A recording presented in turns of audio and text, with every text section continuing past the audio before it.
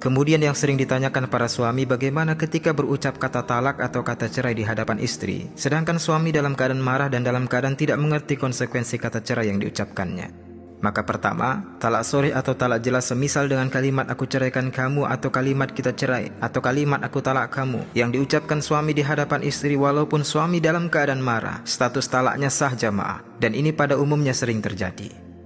Memang ada penjelasan bahwa status talak tidak sah apabila diucapkan oleh suami yang qadarullah memiliki suatu penyakit sehingga saat keadaan diri suami marah, maka dia bisa kehilangan kesadaran dan bahkan mohon maaf seperti orang gila.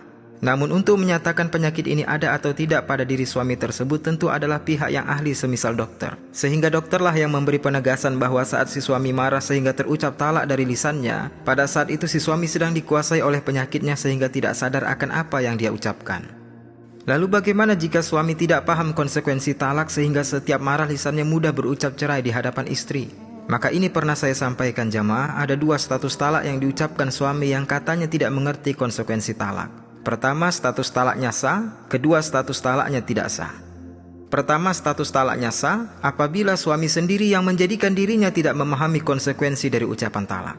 Suami tidak mau belajar, ada undangan dari KUA untuk belajar pranikah, dia tidak hadir. Ada undangan dari masjid atau musola atau majelis taklim setempat untuk belajar fikih rumah tangga, dia juga tidak mau hadir. Ada ajakan di pengajian keluarga besar untuk menghadiri kajian fikih rumah tangga, dia pun tidak mau hadir. Dikirimkan video kajian rumah tangga, dia juga tidak mau dengar. Si suami sendiri yang menjadikan dirinya jahil dalam urusan fikih rumah tangga.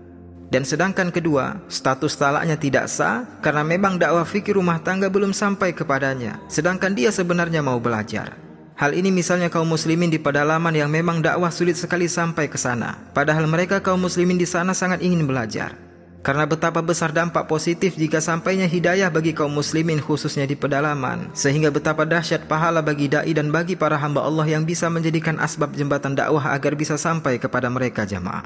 Sebagaimana sabda Rasulullah SAW dalam hadis riwayat Al-Bukhari nomor 2942, "Fa wallahi li an yuhdabika rajulun wahidun khairun laka min humrin na'am." Demi Allah, sungguh satu orang saja diberi petunjuk oleh Allah melalui perantaraanmu, maka itu lebih baik untukmu daripada mendapatkan unta merah.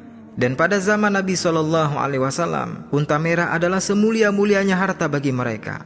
Maka inilah gambaran pahala yang akan dilihat dan diterima oleh seorang hamba Allah di kuburnya dan nanti di akhirat, apabila dirinya di dunia pernah menjadi perantaraan tersampainya hidayah bagi kaum muslimin.